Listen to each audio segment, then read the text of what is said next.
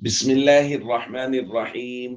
عن أبي هريرة رضي الله تعالى عنه أن رجلا قال للنبي صلى الله عليه وسلم: إن أبي مات وترك مالا ولم يوصي، فهل يكفر عنه أن أتصدق عنه؟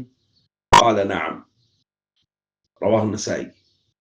حضرت ابو ہریرہ رضی اللہ تعالیٰ عنہ سے روایت ہے کہ ایک آدمی نے نبی کریم صلی اللہ علیہ وآلہ وسلم سے درخواست کی کہ میرے والد محترم وفات پا گئے ہیں اور وہ کافی مال چھوڑ گئے ہیں، لیکن انہوں نے کوئی وصیت وغیرہ نہیں کی، تو کیا میں اپنی طرف سے اگر ان کے لیے کچھ صدقہ کروں تو ان کے گناہوں کا کفارہ ہوگا؟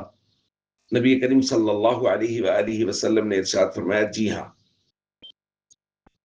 دوستو، اس بارے میں بات کی جا رہی ہے کہ والدین کی وفات کے بعد بھی ان کے ساتھ خیر اور بھلائی اور اچھائی کی جا سکتی ہے اور حسن سلوک کیا جا سکتا ہے۔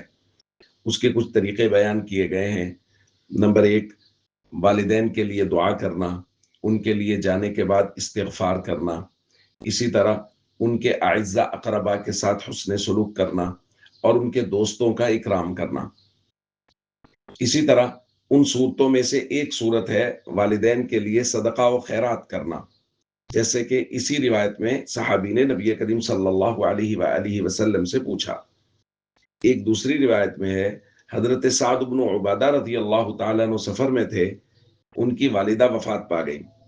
وہ جب تشریف لائے تو حضور علیہ الصلوۃ والسلام کی خدمت میں حاضر ہوئے عرض کیا: ان ام سعد ماتت، یا رسول اللہ، ام سعد میری والدہ وفات پا گئی ہیں، فأی الصدقۃ افضل، کون سا صدقہ ہے جو میں ان کی طرف سے کروں اور وہ بہترین صدقہ، افضل ترین صدقہ ہو؟